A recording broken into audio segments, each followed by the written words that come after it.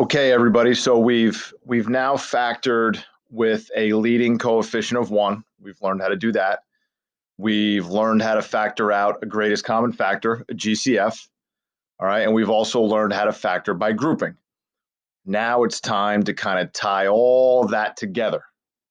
All right, using what we call the AC method. All right, so let's get right into it, guys. I'm going to list out the steps, and hopefully you can kind of stay with me here. And it's probably going to take a little bit of time, but as long as you're organized and you're methodical and you follow the steps that I give you, you should be fine. Okay. So step number 1, I'm going to list these steps right in the middle. Step number 1 is look for a GCF. Okay. Look for a common factor. Look for something you can take out. More specifically, guys, the numbers. All right. So in number 1, we have a 2, we have a 13, and we have a 21. There is not a number that will divide evenly into those 3 numbers. So number 1, for now, I'm going to leave alone. Number 2, a little bit of a different story. Okay, I have 18, 84, and 90. Okay, those numbers can be divided. Okay, those numbers can be divided. I think 6 is going to work. All right, you could start with 2. 2 is an even number. These are all evens.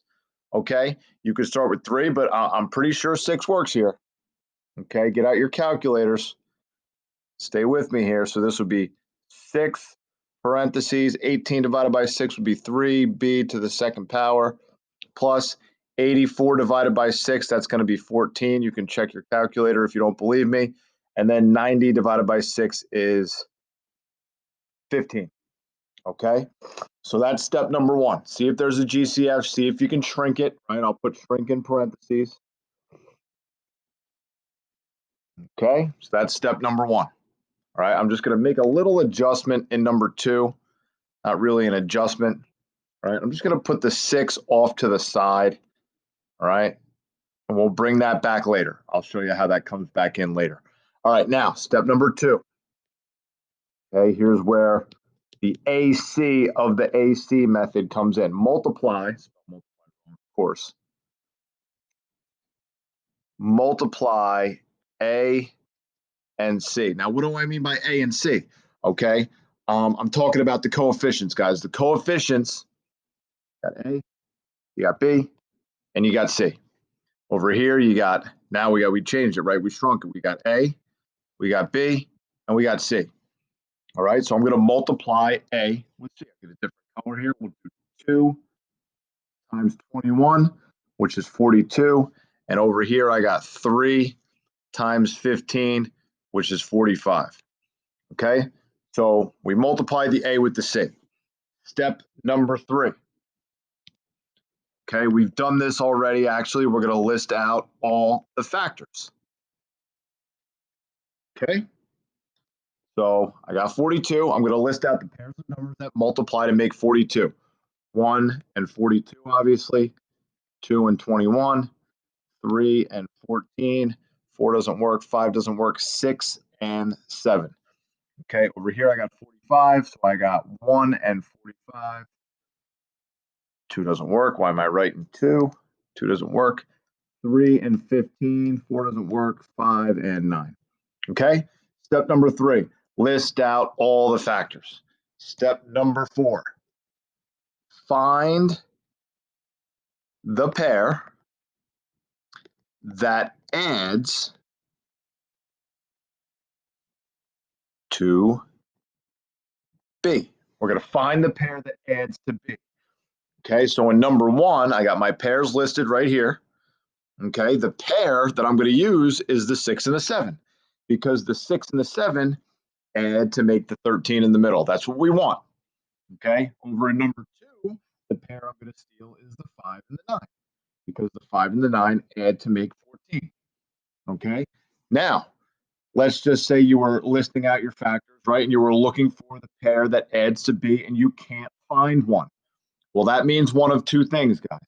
That means either A, you missed a pair of factors. Okay, you skipped over one somewhere. All right, or B, there's not a pair that works. Okay, there's not a pair that works, so you can't add them to the middle, which in that case, the problem would be irreducible. You can't factor it.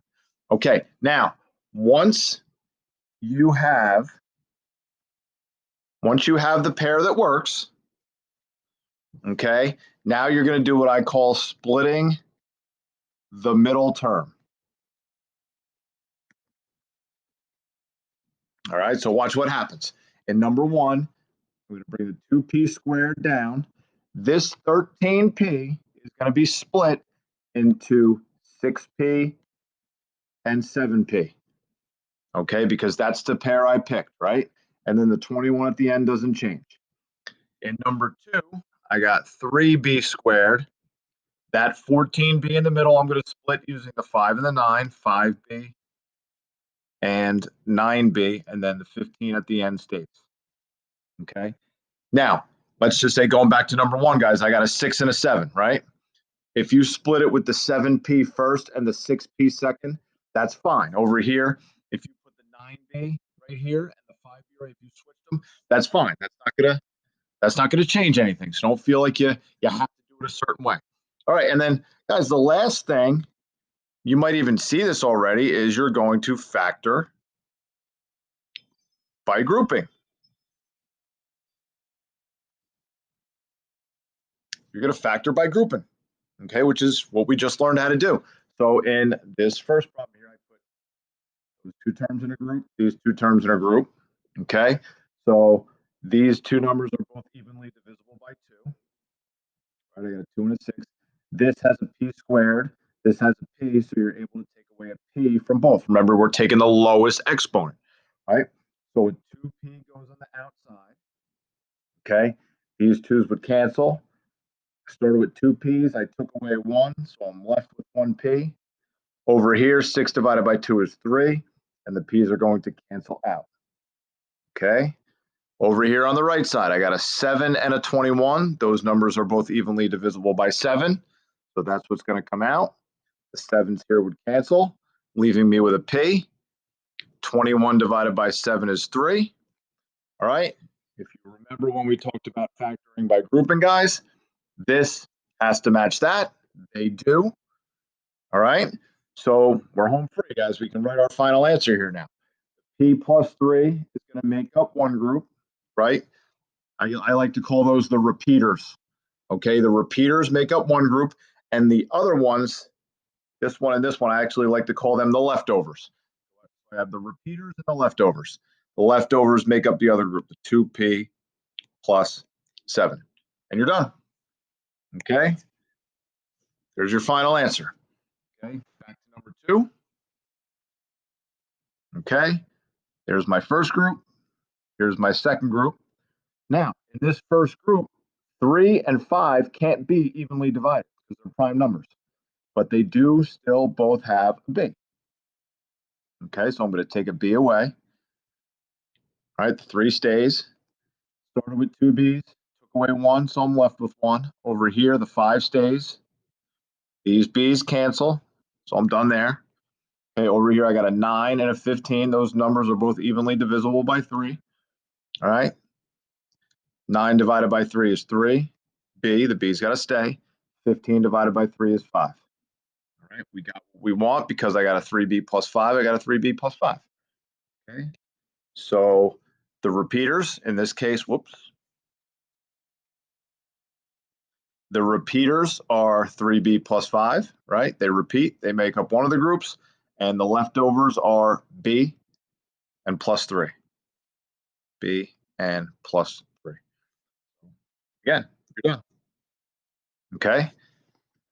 That's a lot of work, guys. I went very slow and methodical. Hopefully you stay with me. Again, if you're having trouble, just keep rewatching this video. I didn't incorporate negatives yet. I'm not going to incorporate negatives just yet. Okay, that'll be the next thing we kind of tackle. All right, we get after. All right, for right now, I'm staying positive. All right, with the numbers to kind of make your life a little easy before throwing negatives at you. Okay. If you want to check your answer, if you get all the way down to the end, guys, okay, you get all the way down there, there's your final answer, right? If you want to check and make sure that that's right, all right, FOIL it. You guys remember FOIL? Distributing, right? The box method. When we learned how to multiply polynomials. If you FOILed that through, If you foiled this through, if you multiplied those two binomials, if the answer is correct, obviously, which this one is, that's going to be your answer right there. Okay, same thing over here, right? If I multiplied these two polynomials, did the box method, distributed FOIL, whatever you were most comfortable with when we did it, okay, your answer is going to be the original problem. Okay. Now, one thing I forgot in number 2, guys, is I forgot about this 6, right? We had a GCF. Whenever you have a GCF, stick that on the outside of your answer. So you're going to stick it right in front. So your final answer is actually the same thing I had, just with that GCF in front. So I forgot about it, okay? And I didn't do that on purpose. I would like to say I did that on purpose, but I didn't. All right, that was a complete accident. So if I can forget about it, obviously you can forget about it. Just shove that GCF in front of the polynomial, okay? Hopefully you guys followed this video. As always, contact me if you have any questions, and go get them. Good luck.